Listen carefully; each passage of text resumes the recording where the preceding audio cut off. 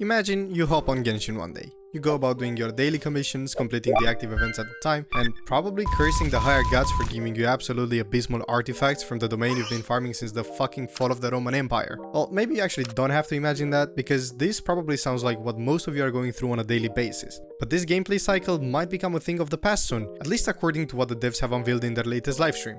Allow me to pause the video real quick right here because I'll be giving away a free Welkin Pass to one of you guys. This giveaway comes as Christmas is right around the corner and I figured it would be a nice thing to do for our community here. All you have to do to enter is subscribe to the channel, like the video and comment down below what you think of these changes. Now back to the video. Now obviously this isn't the problem that affects every single player out there. Maybe you have a job and don't have enough time to explore around Teyvat. Maybe you haven't finished all the characters' story quests. Maybe you haven't done any of both because you're a lazy ass. Hell, you might even be a new player who started a few weeks or maybe even days ago and still have some hundred, if not thousands of hours of content to go through. But undeniably, at some point we all reach the endgame, and unfortunately, Genshin does have an endgame problem. Looking at my map and the amount of quests I have just marinating around might make you wonder why am I even the one to bring this up. But trust me, I've been playing this game for a long time, and I vividly remember back when Inazuma was being drip-fed to us island by island. Me and my friends would finish exploring the islands in something like a few hours after release, only to be left with absolutely zero content. It used to be so bad in terms of content, we'd be going around the map like lunatics trying to do all the dumb shit you can imagine in a competition on who has the most achievements. But these things might soon be a thing of the past. As I mentioned before, in the last livestream the devs had a section at the end talking about the upcoming content. Things beyond version 5.3. And one particular thing has caught my eye, a potential sandbox update coming to Genshin. Check this out. 然后今天我还想跟旅行者们多说一点新玩法相关的内容。那刚才我有说到啊，既然团队和产品需要进化，那么除了常规的地区、角色、故事更新以外，我们还在筹划一个大型的玩法模块。在这个模块里，玩家可以动用自己的聪明才智，利用原神已有的内容，构建完全属于自己的游玩关卡。 This is the greatest news I've heard in the few years I've been playing this game. A sandbox mode, man? Just imagine the amount of literally unlimited content we'll have to play through. Remember the alchemy shop event we had a while back? That was one of my favorite events of all time. Imagine finishing your dailies in Teyvat and then just jumping into sandbox mode in a server where you own a similar kind of shop. People coming in, buying food or potions to use in their world. That would be absolutely awesome. Or just having a permanent Windrise game mode set up with even more people in a different server that you can just join up anytime you're bored. Or maybe you're feeling the brain power coursing through your veins and you just want to do like an insane puzzle adventure. That is gonna be a possibility. Fan of horror? Well, horror maps are gonna be a possibility. Don't believe me? Just look at any other game that added that. The best examples that come to mind are Fortnite. On the left side _backslash. The fucking sniper again! It's the same sniper! It's the same stupid fuck! You're not good! And Roblox. Both of the games are basically full sandboxes, and the amount of game modes and content you have is astonishing. What the fuck is that?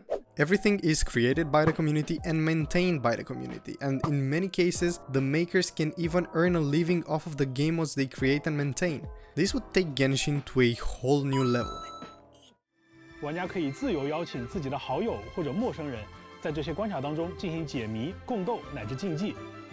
它同时也会是原神的创作者展示自己才华的舞台。届时也希望大家群策群力，让我们的内容生态建设得更好。How exactly will this all work? Well, nobody knows for sure. It's clear that the emphasis is on being creative and everything being multiplayer, but there are a few questions that still remain about this massive change. Will the servers be hosted by people creating these modes or by Hoyo?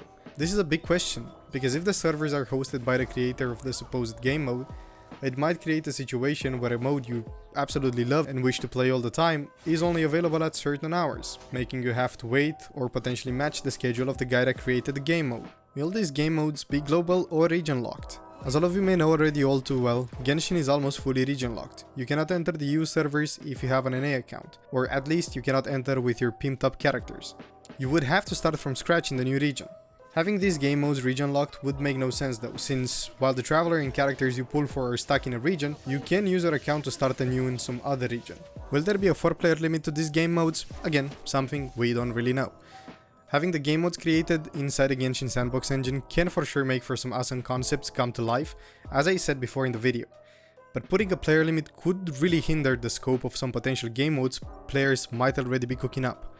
It would be utterly unfortunate if the developers decided to actually put a player limit on the game modes, because that would not really be only a limit on the player count, it would actually be a limit on what you can do with the actual engine. Imagine if game modes in Roblox had a 4-player limit. Probably the game would not be nearly as popular, because while there would be some awesome game concepts made by people, they would start getting old really quick, and many of them would feel rather dead.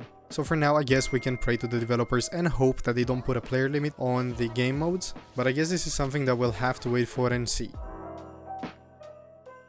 Now, one of the best things Hoyo could do for the community when it comes to the sandbox mode would be to allow players to use user-created assets. Given that Genshin is made in Unity, and given that there's probably some couple millions of people walking around with experience in creating stuff in Unity, it would make a lot of sense to be able to use your own assets that you created specifically for your game mode. This is also one way people could potentially start making some money by creating and selling assets to be used by people in this new sandbox mode. Realistically though, I'm not sure how much will be allowed. Genshin does tend to censor things at times, like for real, please revert Rosaria's nerf, man, they did nothing wrong.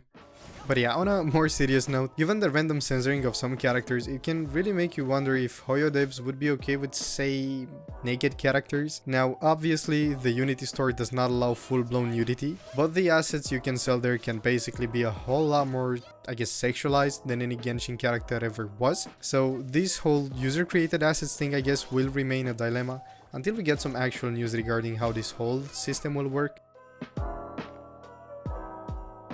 So realistically, what should we expect from this mode on release? Well, while basically every aspect of it is still up in the air, I don't think we should fully expect a proper sandbox from the get-go. Everything I talked about before would basically be the best possible scenario. If I were to guess, they will release the sandbox in a state where you can mostly use assets that are already in-game and create puzzles and combat scenarios similar to, honestly, most of the filler events we've had. But even if this is the case, and we don't get a full Roblox, Fortnite, Minecraft type sandbox, but a very limited version of it, it would still give the players a system to play around with and experiment and create some more custom and tailored experiences for them and their friends, and some more fun to be had once you actually run out of content.